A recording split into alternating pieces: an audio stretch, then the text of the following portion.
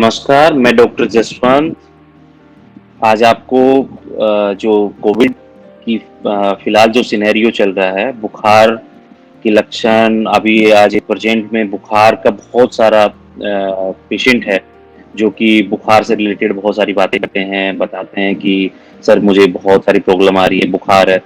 Exactly बुखार आना ये सिम्पटम नहीं है कि बुखार आ रहा है तो आपको कोविड ही है। अभी जो फ़िलहाल है डेंगू भी हो सकता है, मलेरिया भी हो सकता है, वायरल भी हो सकता है क्योंकि ये जो प्रेज़ेंट टाइम है, ये फ़ीवर का मोस्ट पीक टाइम होता है और बुखार एक बीमारी नहीं है। बुखार जब भी आपके शरीर में आता है, तो बुखार को हम लोग समझते हैं कि एक बीमारी है। बुखार मोस्टली हमारे शरीर में जब भी बाहर से पैरासाइट्स आते हैं, ठीक है, कोई अटैक होता है या हमारी एंटीबॉडीज़ जब फाइट करती है या एंटीबॉडीज़ में जब बाहर से कोई भी चीज़ अटैक होती है, उसको बचाव करने के लिए हमें बुखार होता है। हमारे इम्यून सिस्टम को बढ़ाने के टाइम में हमारे शरीर को बुखार हो जाता है, ठीक है। दूसरी चीज़ें हम आपको बताएँगे, बुखार से बचें कैसे? देखिए, बचने के बहुत सारे उपाय हैं हमारे पास में। पहली चीज़ कि जो मौसम है इसमें फिलहाल जिस मौसम में आइसक्रीम हो गया, ठंडी चीज़ें हो गई, पानी हो गया, इस चीज़ को ना पिएँ, नॉर्मल पानी पिएँ, ठंडे पेय पदार्थ आप ना खाएँ, जितनी कोशिश हो सके ठंडी चीज़ों से बचें। एसी ना चलाएँ, एसी चलाएँ तो कम टेम्परेचर पे एसी चलाएँ। उसके अलावा अगर आप कूलर का प्रयोग करते हैं तो कूलर में कम पानी का उपयोग करें या सूखा कूलर चलाएं और जाली को बार-बार साफ करवाते रहें क्योंकि जाली के साफ करने के लिए इसलिए बता रहा हूँ मैं आपको क्योंकि मोस्टली क्या होता है कूलर की जो जालियाँ होती हैं उसमें मच्छर हो जाते हैं। वो मच्छर जो है उसमें अपना घर बना लेते हैं और मोस्ट ऑफ टाइम क्या करते हैं मच्छर आके आपको काट लेते हैं तो हो सकता है वो मच्छर जो है वो मलेरिया का भी हो सकता है। तो इन चीज़ों से बचें। दूसरी चीज़ की बात करें खान-पान की, तो खान-पान जो है आप नॉर्मल खाएँ, जो है ऑयली फूड ना खाएँ, ज़्यादा से ज़्यादा वेजिटेबल का प्रयोग करें और जो सीज़नल फ्रूट्स होते हैं वो आप ज़्यादा खाएँ। जैसे जूस की बात करें तो जूस जो बाहर से आते हैं, नेचुरल जूस पीने की ज़्यादा कोशिश करें, जो कि टेट्रा पैक्स या पैकेट्स में जो भी जूस आते हैं या बॉटल्स में जो जूस आते हैं, उसका प्रयोग कम से कम करें। और अगर हम बात करें अभी कोरोना की टाइम की, तो एक्चुअली में कोरोना के बहुत सारे लक्षण हैं। हम बुखार को लेके कोरोना को जज नहीं कर सकते कि कोरोना है हमें। तो कोरोना के बहुत सारे लक्षण हैं, जैसे बात करें बुखार का आना, सबसे कॉमन लक्षण है। शरीर का टूटना, दूसरा लक्षण है, आपको उल्टियाँ आना या दस्त लगना, ये जो है मोस्ट कॉमन है जुकाम, आँखों का लाल होना, आँखों से पानी बहना, शरीर में रैशेस जो है लाल-लाल दाने बन जाना।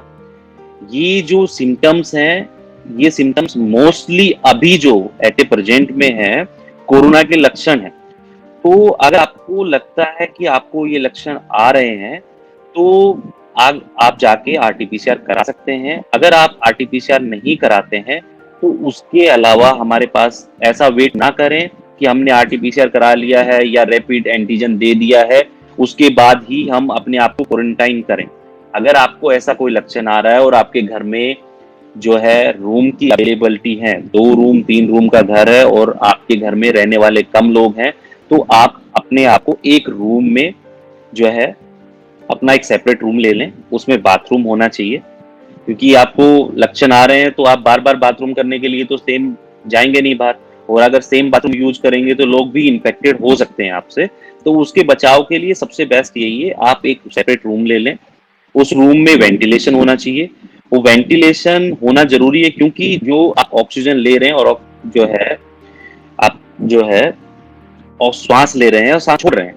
इस टाइम में जो भी वेंटिलेशन की बात कर रहे हैं सॉरी, वेंटिलेशन जो ऑन है वो बाहर आपकी एयर को बाहर निकाल देगा, आपके घर में नहीं रहेगा।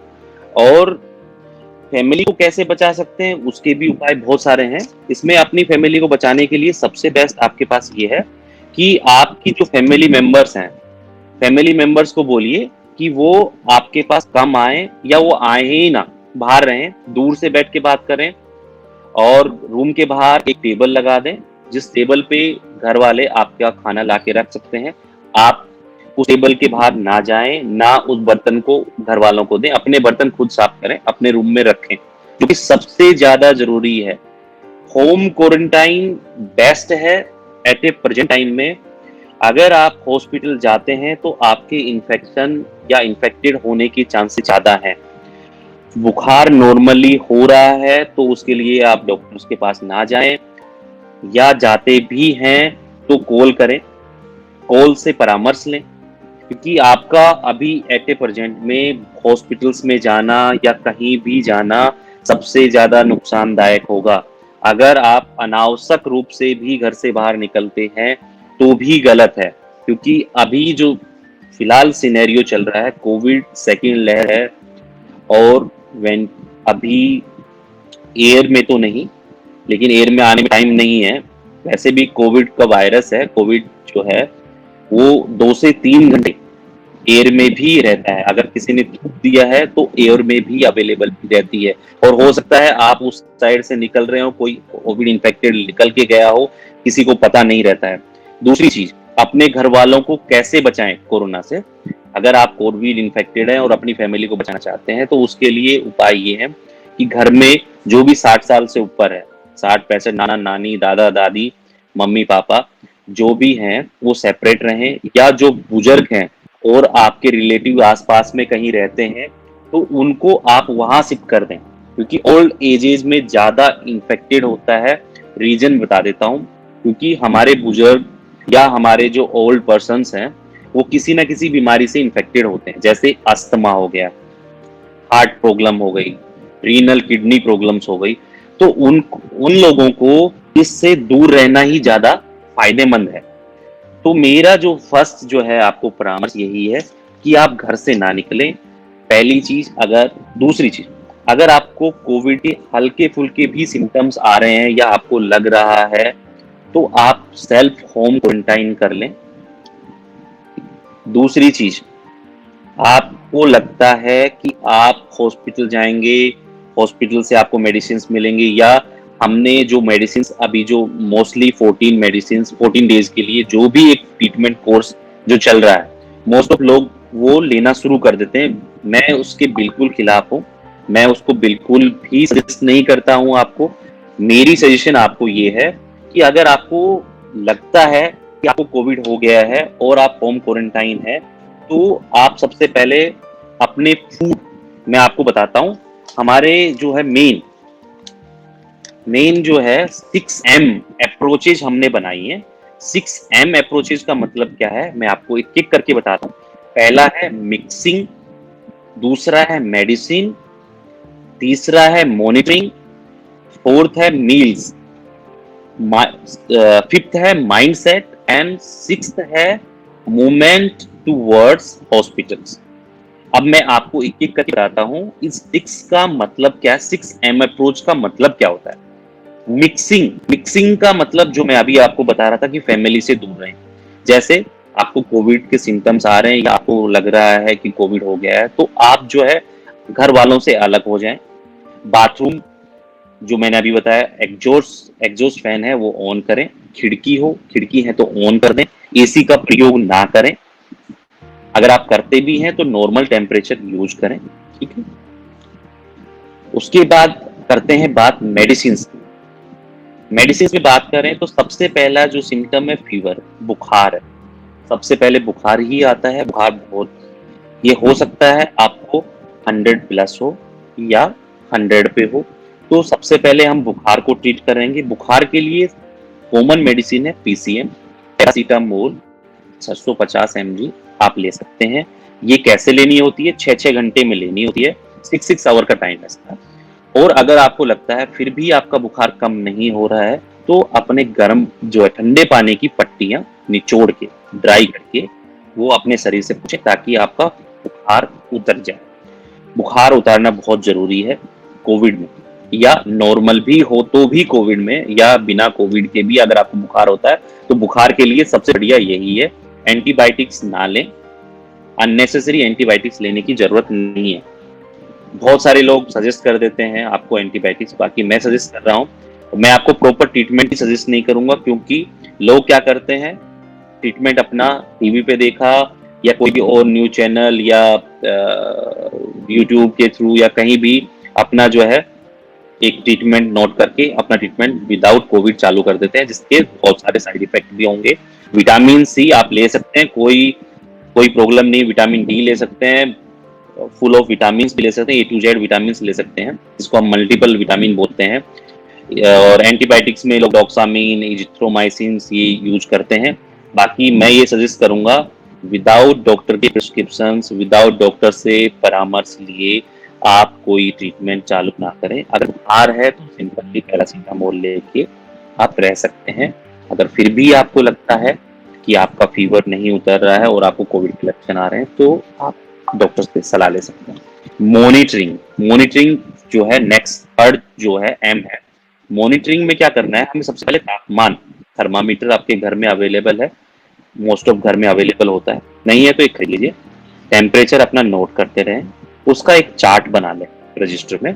चार्ट में पूरा नोट करें कि आपको 6 बजे आपको टेम्परेचर कितना था, 10 बजे आपको टेम्परेचर कितना हुआ, 3 बजे या 2 बजे आपको टेम्परेचर कितना था, फिर शाम को टेम्परेचर कितना था। ऐसे करके एक डायरी में एक चार्ट बना लें। उसके अलावा ऑक्सीजन लेवल चेक करते रहें, पल्स ऑक्सीमीटर यूज करें। पल्स ऑक्सीमीटर यूज करें, उसमें जो ग्राफ आ रहा है उसको अच्छे से देखें। अगर आपका नॉर्मली 98, 99 अगर आ रहा है ऑक्सीजन लेवल, तो आप बिल्कुल घबराएं नहीं, आप बिल्कुल नॉर्मल हैं, आपको कोई हॉस्पिटल जाने की जरूरत नहीं है। अपने घर पे खाने का ध्यान रखें और ट्रीटमेंट चालू रखें, जो कि बुखार का मैंने बताया। उसके अलावा अगर आपका जो है टेम्परेचर बढ़ रहा है और आपका SpO2 लेवल 95 या 94 से नीचे जाना शुरू हो जाता है, तो भी पैनिक ना हो। 94 के नीचे जा रहा है तो हाँ, आपकी कंडीशन बिगड़ती जा रही है और सांस लेने में दिक्कत आ रही है। ये सब चीजें हमें नोट करनी है, जिसको मॉनिटर करें। आप भी कर सकते हैं, आपके रिलेटिव या जो फैमिली मेंबर है आपके पास अवेलेबल, वो उस चीज का खास ध्यान रखें।